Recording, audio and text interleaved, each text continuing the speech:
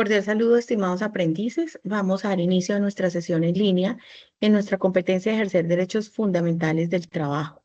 Hoy vamos, como siempre, hemos tenido por costumbre en nuestros encuentros, vamos a socializar de nuevo el cronograma de nuestras actividades.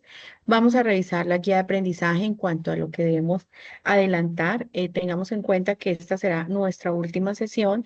Hoy esperamos evacuar todas las actividades o todas las evidencias que se tendrían pendientes para esta competencia. Recuerden ustedes que esta competencia pues tiene unos tiempos establecidos supremamente cortos. Las evidencias están para ingresar y culminarse la próxima semana, ya como lo vamos a ver en el cronograma. Saben que estamos próximos a iniciar nuestro calendario, nuestro cierre de calendario académico, y entonces pues no estaremos nosotros como aprendices, no tendremos más sesiones en línea, no tendremos otros encuentros y pues ya les toca, digamos a ustedes,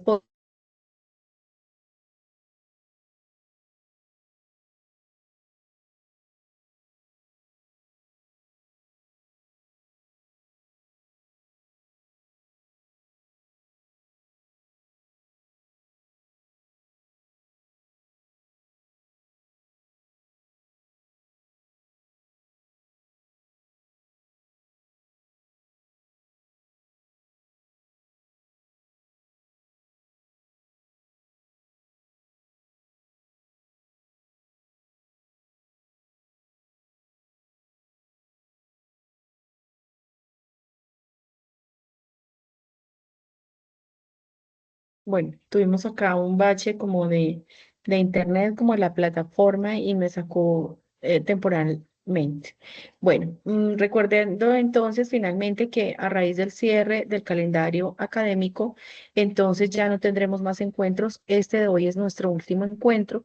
Ya ustedes seguirán presentando las evidencias como corresponde, hacerlo a través de lo que establece la guía de aprendizaje, la cual vamos a socializar hoy. Estaré pendiente de ustedes, saben que tienen allí mi número dentro del perfil. Vía WhatsApp pueden establecerme cualquier inquietud, cualquier pregunta que tengan alrededor del tema o pues a través de la instructora vocera.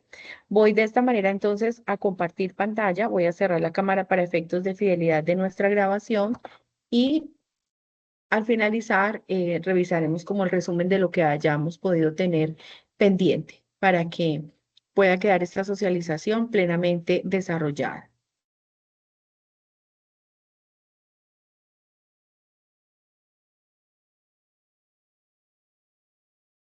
Compartimos acá el cronograma de la fase de evaluación, recordando entonces que tuvimos hasta gráficos sobre la negociación colectiva, tuvimos la socialización que correspondió. Vamos a socializar infografías sobre la huelga. Digamos que en temas de nuestro cronograma ya ha debido presentarse desde la semana pasada, pero sabemos que están habilitados por estos tiempos y mucho más que no habíamos desarrollado como tal, socializar el tema de la evidencia. Mapa mental de violación de los derechos del trabajo. Es importante que nosotros lo tengamos en cuenta. ¿Cómo lo vamos a desarrollar? Bueno, recordando un poco en la sesión anterior, sí pudimos ver infografías sobre la huelga, hasta esa evidencia trabajamos porque la estábamos revisando que estaba muy apremiante los tiempos en el tema de la presentación. Revisaremos entonces mapa mental de violación de los derechos del trabajo, foro estudio de caso que ya se encuentra aperturado para ustedes, cuadro comparativo sobre el derecho de petición y la acción de tutela, el texto argumentativo que se debe desarrollar, foro de Estado Social de Derecho y presentación. Todas estas evidencias cierran, excepto el mapa mental que cierra, digamos, según fecha cierra hoy, los demás cierran el 17 de diciembre. Cuadro comparativo también está para cargarse hoy según el cronograma de la plataforma, pero los demás están para el 17 de diciembre. Vamos a pasar entonces a la guía de aprendizaje y avancemos en la socialización de la evidencia del mapa mental sobre la violación de derechos del trabajo.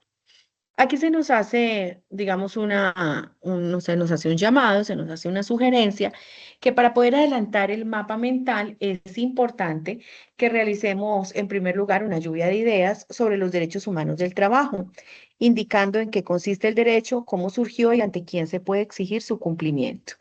De acuerdo a las evidencias anteriores, digamos que hemos logrado avanzar conceptualmente en todos estos aspectos. Ya no estamos, digamos, neófitos en el tema, ya hemos podido conocer el material de formación, ya hemos podido leer un poco acerca de lo que está relacionado con el trabajo decente, el trabajo en condiciones dignas, conocer un poco del contexto laboral y demás. Entonces, esas son herramientas que tenemos para establecer nuestras lluvias de ideas. ¿Sí? Se nos está preguntando mapa mental sobre violación de los derechos del trabajo. Ya sabemos entonces que el trabajo como derecho fundamental tiene otras conexidades como el derecho a la huelga, el derecho a la libertad sindical, el derecho a la asociación, ¿cierto? A la organización sindical para poder exigir a través de los pliegos de peticiones, de las negociaciones, acuerdos colectivos que favorezcan a la totalidad de los empleados de una empresa.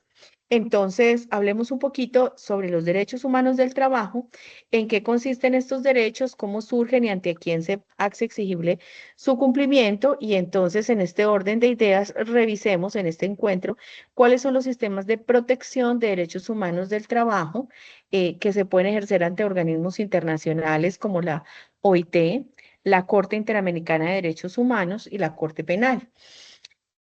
¿Tendremos normas, instrumentos, formas de poner en acción dichos sistemas? Sí. Lo primero y más importante es establecer que alrededor del tema normativo se establecen unos bloques de legalidad y unos bloques de constitucionalidad. ¿Qué significa? Que para nuestro país la constitución política es, digamos, la más importante de todas las normas que puedan existir. Es la carta de navegación, es la norma de normas, con base en ellas que nosotros debemos trabajar. Y de ahí hacia abajo vienen las leyes, Código Sustantivo del Trabajo, Código de Procedimiento Laboral. Bueno, vienen muchísimas otras leyes y normas que en materia laboral rigen en nuestro país, pero a su vez en el tema internacional hay unos convenios. Con la OIT tenemos convenio internacional suscrito, nos hemos adherido a ese convenio para la defensa y protección de los derechos de los trabajadores en nuestro país. De esta manera, también internamente tenemos dos figuras importantes como son el derecho de petición y la acción de tutela, ¿sí? A través de estas dos figuras, nosotros podemos consultar, pedir información respetuosa a la empresa y en caso de que se abstenga de darle trámite, en caso de que se abstenga de contestarla, viene la acción de tutela como un ingrediente interesante que surge a raíz de la Constitución Política de 1991 y esa acción de tutela se convierte en un arma salvadora de los derechos de todas las personas en nuestro país. Presentemos derechos de petición como un instrumento para poner en acción a los sistemas que funcionan alrededor de la protección de los derechos de los trabajadores. Y si no es suficiente, y si el derecho de petición no lo contestan, y si la contestación no es de fondo, no responde exactamente a lo que se está solicitando, entonces hay que pasar a la acción de tutela como una acción constitucional, una figura jurídica protegida por la Constitución y ampliamente desarrollada en el ámbito judicial. ¿Sí? Eh, Se nos dice que podemos tener en cuenta como sistemas de protección las creaciones de organizaciones sindicales y el inicio de un conflicto colectivo. Sí, ya hemos hablado sobre sobre el convenio colectivo del trabajo, sobre la negociación colectiva y entonces cuando esto no se está cumpliendo, cuando esto no se respeta, es que se hace uso de la huelga como una herramienta muy valiosa, muy poderosa para hacer valer esos derechos que se nos están vulnerando. Se nos está diciendo entonces que tengamos en cuenta el componente formativo para elaborar el mapa mental y allí ustedes podrán establecer entonces cuáles son las mayores vulneraciones que se puedan presentar en el ámbito laboral. Viene seguidamente el foro Estudio de Caso, jóvenes. Dentro de su plataforma ya se encuentra activado, aperturado este foro y en dicho foro yo planteé un caso respecto a unos acuerdos o a unos logros que se habían obtenido a través de la organización sindical y que el empleador no los está cumpliendo, los está vulnerando. Entonces, frente a ese caso que ustedes van a encontrar establecido dentro del foro, ustedes van a responder estos interrogantes. ¿Cuáles serían los derechos de los trabajadores que no se cumplen y cuáles son sus respectivas cuantías? Ahí tenemos que hacer un ejercicio interesante de calcular, sumar, multiplicar respecto a lo que se les está debiendo. En este numeral 2 nos dice que se debe preparar una cartelera digital donde presenten el incumplimiento de derechos en el caso dado y sus conclusiones. Digamos que más que sea la cartelera digital, la herramienta que de pronto ustedes puedan manifestarme, profe, ¿cómo hacemos tanto para unas evidencias que cierran en tan poco tiempo? Dentro del foro, por favor, participen, analicen el caso, contesten estos interrogantes que nos trae la guía de aprendizaje y si les es posible, intervengan en una de las eh, participaciones que haya tenido alguno de sus compañeros, para que no tengamos como la preocupación de tener que desarrollar una herramienta adicional y que desde el punto de vista digital, pues puede generarnos una carga mayor, porque la verdad es que los tiempos dentro de esta evidencia son muy apremiantes. Viene otra evidencia, jóvenes, que es el cuadro comparativo sobre el derecho de petición y la acción de tutela. Les acabo de confirmar entonces que tanto el derecho de petición es un derecho fundamental, está consagrado en la Constitución política y de tal manera se respeta y se hace valer que una vez se abstengan las organizaciones, las empresas, las entidades, se abstengan de darle trámite y respuesta, pueden ser objetos de una acción de tutela que se levante para hacer exigible el cumplimiento de ese derecho. Entonces, en este cuadro comparativo, más que una tabla enunciativa, por favor, comparemos qué obtenemos con uno y otro. ¿Qué obtenemos con el derecho de petición? ¿Qué obtenemos con la acción de tutela? Con el derecho de petición obtenemos información oportuna, veraz, y es una forma fácil de comunicarnos con las entidades. La ley nos faculta, dice que todo ciudadano tiene derecho a presentar peticiones respetuosas y pues, por tanto, a recibir la respuesta que corresponda. En caso de que no la recibamos, entonces viene la acción de tutela como una figura jurídica proteccionista por excelencia. Lo que busca en el marco de la Constitución política es que cuando nadie atiende el cumplimiento de este derecho fundamental, entonces por vía judicial le tenemos que decir a la empresa, oiga, contésteme porque usted no me ha querido contestar de buena manera. Entonces proceda a darme respuesta. Eso es importante que lo tengamos allí en cuenta. Hay algunas características respecto al derecho de petición y respecto a la acción de tutela que son sencillas y digeribles para poder presentar nuestra evidencia del cuadro comparativo. Tendremos que elaborar un texto argumentativo. Ya sabemos entonces que en esos textos tendremos una fase como de introducción, una pequeña introducción, un párrafo introductorio respecto al tema del cual nosotros vamos a hablar. Y en ese texto argumentativo ustedes podrán elaborarlo en algo que no sea más de una hoja, basados en tres aspectos. ¿Cuál es la importancia del derecho de asociación, el derecho de huelga y los desafíos del derecho del trabajo en el mundo moderno? La importancia del derecho de asociación lo veíamos en la clase anterior. El movimiento sindical en Colombia ha obtenido grandes logros en favor de la clase trabajadora. Además, ha evitado el abuso de algunas clases más poderosas frente al hecho de que generan trabajo, generan empleo, pero se convierten en unos aspectos un poco difíciles de manejar porque ellos ponen las condiciones, ellos ponen las reglas para el trabajo y del otro lado solo hay personas que necesitan un trabajo. Y la organización sindical busca que todas las personas puedan acceder al trabajo en términos de igualdad y de condiciones dignas. Ya hemos también hablado del tema del informe del trabajo decente. El derecho a la huelga, entonces lo veíamos en nuestra clase inmediatamente anterior, la huelga es una herramienta que protege a los trabajadores.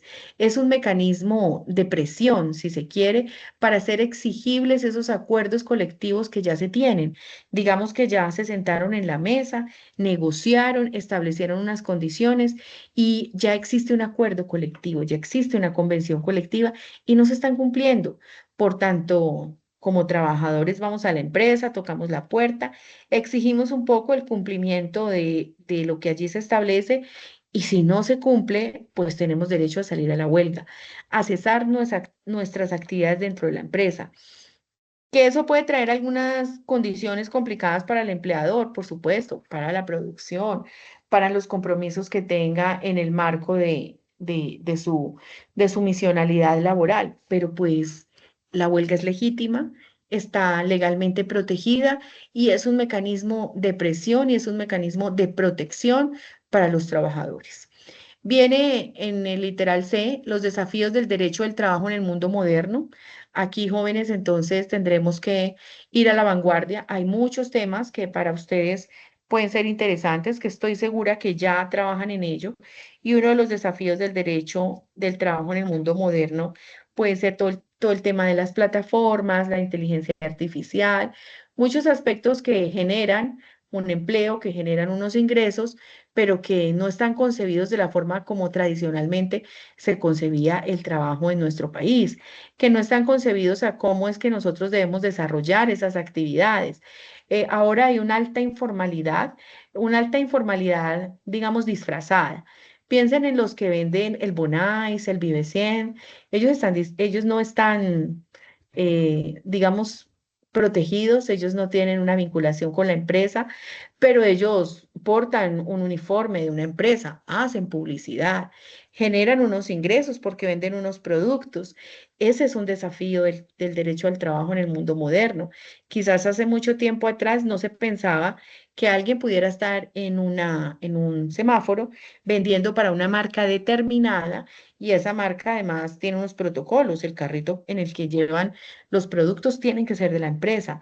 El overall que se pone la persona tiene que ser de la empresa. Eso es un desafío del derecho al trabajo en el mundo moderno. Eso antes no se hubiera concebido, pero ahora existe y están desprotegidos. Ese es un desafío, entonces, por tanto, debemos adelantar la evidencia del texto argumentativo, extensión una hoja, o sea, no tiene que ser una cosa supremamente extensa. En una hoja, entonces, ustedes van a contemplar estos aspectos que son importantes. Seguimos con nuestra evidencia de participar en el foro del Estado Social de Derecho. Vamos a repasar un poco una presentación que tengo para hablar de qué es el Estado Social de Derecho. Ya la vamos a revisar y ustedes van a enfocarse en esa participación, teniendo como herramienta fundamental la Constitución Política de 1991. Eso es importante que nosotros lo tengamos allí en cuenta, cómo fue concebida, por qué se da ese cambio en el año del 1991 y cuáles han sido todos esos aspectos importantes y relevantes que han traído en materia laboral, en materia de equidad, en materia de justicia para nuestro país. Debemos entonces responder a estos interrogantes en la participación en el foro. ¿Cuál es el concepto de Estado? ¿Qué significa Estado social? ¿Cuáles son las características de un Estado social de derecho? ¿Considera que en Colombia se cumplen las condiciones para ser un Estado social de derecho? Y se nos propone establecer un caso hipotético de vulneración de derechos del trabajo de los pueblos o de la naturaleza para que podamos generar una acción pública orientada a la superación de la situación de vulnerabilidad y al restablecimiento de ese derecho. Esa es entonces una de las evidencias, participar en el foro. Tenemos una evidencia que es una presentación y se nos da una introducción, se nos da un insumo. Se nos dice que a partir de los años 80 hubo un movimiento progresista, socialista, que buscó y quizás logró elevar el nivel de vida de los pueblos porque se basó en los derechos de la autodeterminación, independencia económica, identidad nacional y cultural, derecho a la paz, a la coexistencia pacífica, al entendimiento y confianza, la cooperación internacional y regional ¿Qué rol ha desarrollado en todo esto la justicia internacional? ¿Cómo se vincula el avance de la ciencia y la tecnología en el marco de ejercer este derecho fundamental?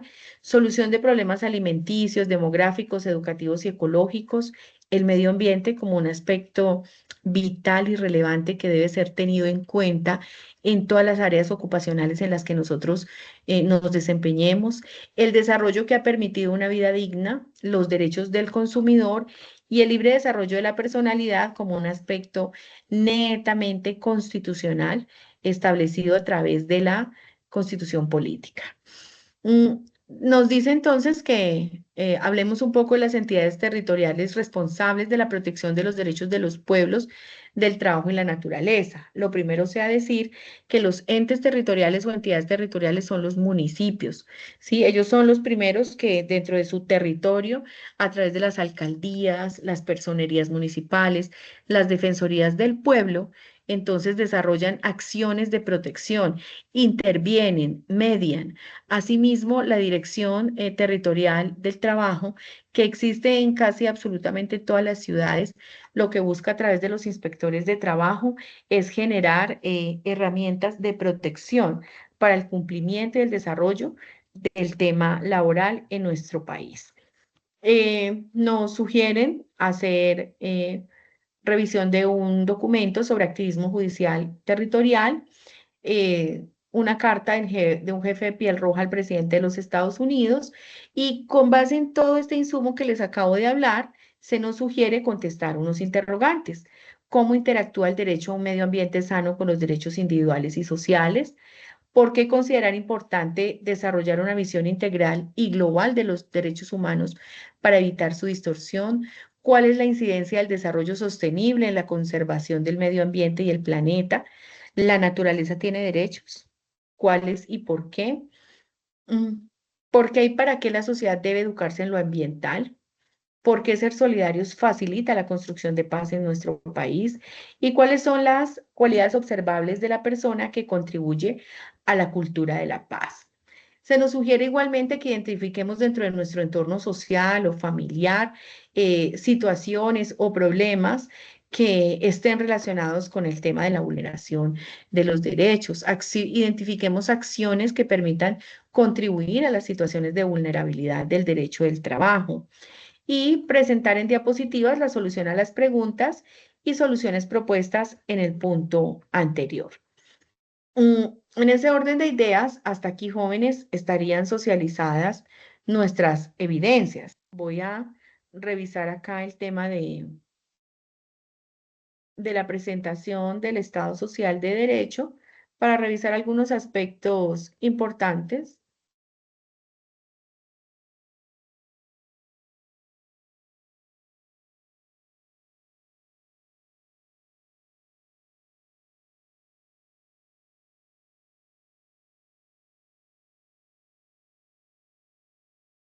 Compartamos.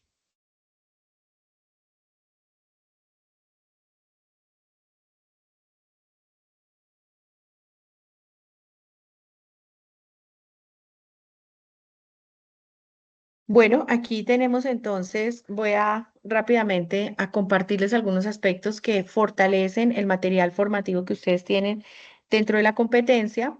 Y lo primero es que para hablar del Estado Social Derecho nos remitimos al artículo primero de nuestra Constitución Política, la cual lo define. Nos indica que entonces Colombia es un Estado social de derecho organizado en forma de república unitaria. No tenemos estados dentro de nuestro estado.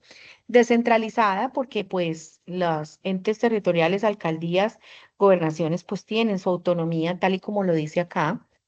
Democrática, participativa y pluralista. Estamos a puertas de un año electoral y seguramente en nuestras regiones conocemos estas dinámicas, cómo se mueven, cómo inicia ahora el movimiento de los partidos políticos, de sus candidatos, de visitar las regiones, las comunas, los barrios, llevar los regalos, o sea, una época propicia para que ellos empiecen a hacerse visibles en relación al trabajo que deben desarrollar. Entonces, somos una república democrática, participativa y pluralista, porque se permite que todos podamos participar por diferentes partidos que han sido debidamente constituidos en nuestro país. Se basa o se funda en el respeto de la dignidad humana, por ello que nuestro informe sobre trabajo decente y ciudadanía laboral, pues está hablando de el trabajo en condiciones de dignidad.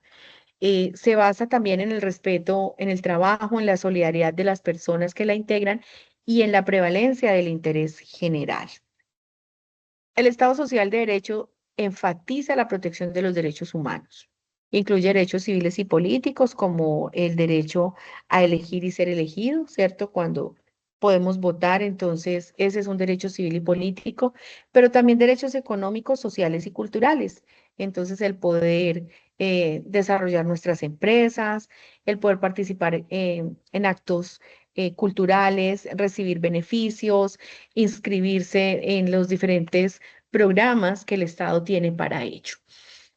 En el Estado Social de Derecho, a diferencia de un Estado de Derecho clásico, aquí se reconoce la necesidad de la intervención del Estado en la economía, en la sociedad para reducir desigualdades y garantizar el acceso a servicios básicos como salud, educación y seguridad social. De allí que de manera permanente el gobierno está estableciendo con el Congreso alianzas para presentar proyectos, para presentar reformas. Bueno, en fin, para regular tasas del Banco de la República. El Banco de la República es Estado que regula también las tasas para los demás bancos comerciales. Entonces, esta es una forma en cómo podemos visualizar la intervención estatal. Desde la solidaridad social, nos dice entonces que nuestra sociedad es solidaria con quienes tienen mayores recursos, deberíamos pensar que pueden contribuir a mejorar las condiciones de vida de los más vulnerables. Digamos que este es un concepto ideal, ¿cierto? Un concepto idealista, pero pues eso no hace que quien tenga más tenga que salir a entregar todos sus recursos a quienes no tienen nada. A veces encontramos de esa manera las intervenciones, otras veces no es tan sencillo que la sociedad se despoje o que las personas se despojen de todo para poder llegar a mejorar condiciones de vida de los más vulnerables. Es más fácil generar empresa, es más fácil desarrollar otros aspectos. En principio de la corresponsabilidad, en cuanto a la solidaridad social, debo decirles, jóvenes, que aplica en temas de derechos de niñas, niños y adolescentes. La corresponsabilidad nos dice que la familia, la sociedad y el Estado deben participar de manera activa en la protección de los derechos de estas personas. Como participación ciudadana, bueno, se nos permite entonces participar en decisiones políticas, en la vida pública, las alcaldías hacen rendiciones de cuentas, tienen espacios de participación ciudadana y se nos invita para que de manera permanente participemos y podamos conocer cómo van nuestras regiones, cómo van nuestras ciudades, cómo se ejecutan los recursos. Cuando habla de la prevalencia del interés general, desglosando un poco el concepto acabado de leer, nos dice que el Estado social busca equilibrar el interés individual con el colectivo, dando prioridad al general y al bienestar de la sociedad en su conjunto. Traigo aquí entre paréntesis carreteras porque esto significa que cuando hay carreteras que se van a ampliar y tiene que el Estado empezar a comprar predios para sacar a las personas, digamos, del camino, pero comprándoles, también tiene la facultad de decirle a aquellas personas que se oponen que el interés general prima sobre el interés particular. Y que si no venden las condiciones que han estado vendiendo sus vecinos, pues entonces el Estado tiene que buscar otros mecanismos para que el proyecto no pare, para que el proyecto no cese, porque la carretera implica progreso, economía, muchos aspectos importantes. Entonces, eso es lo que significa la prevalencia del interés general. Este Estado Social de Derecho es un modelo que busca construir sociedad justa, igualitaria. El Estado juega un papel activo en la promoción del bienestar social y la garantía de los derechos fundamentales de todos sus ciudadanos. Aquí sí tenemos que decir que por eso el Estado permea todas las entidades, permea educación, permea hacienda, tiene en cuenta el tema de salud, el tema económico. Bueno, él tiene que intervenir en todos los aspectos que a nosotros como ciudadanos nos puedan favorecer o nos puedan afectar. La Corte Constitucional es una instancia que se creó con la actual constitución política, ¿cierto? Es un organismo que pertenece a la rama judicial del poder público y se le confía la guarda de la integridad y supremacía de la Carta Política. Quiere decir que ante la Corte Constitucional se tramitan y se revisan los recursos que se interpongan en contra de las acciones de tutela. Esta es la instancia más importante que se tiene alrededor del tema. ¿Cuál es su función principal? Ejercer control de constitucionalidad frente a las leyes, decretos, actos reformatorios de la Constitución y además revisar los fallos de tutela que generan los juzgados o los tribunales. Y también resuelve conflictos cuando están por allá peleando las jurisdicciones, este proceso no me toca a mí o esta jurisdicción no territorial no me corresponde a mí. Hay avances en materias de derechos laborales, sí, se ha regulado el teletrabajo, la ampliación de licencias laborales, las restricciones al despido injustificado, se ha fortalecido la negociación colectiva y la libertad sindical. Encontramos más estabilidad laboral y equidad de género. Digamos que las mujeres ya podemos acceder a muchos cargos de dirección que quizás en tiempo atrás no estaban tan permitidos. La mujer ahora se forma, se prepara, se cualifica en términos de igualdad para poder participar.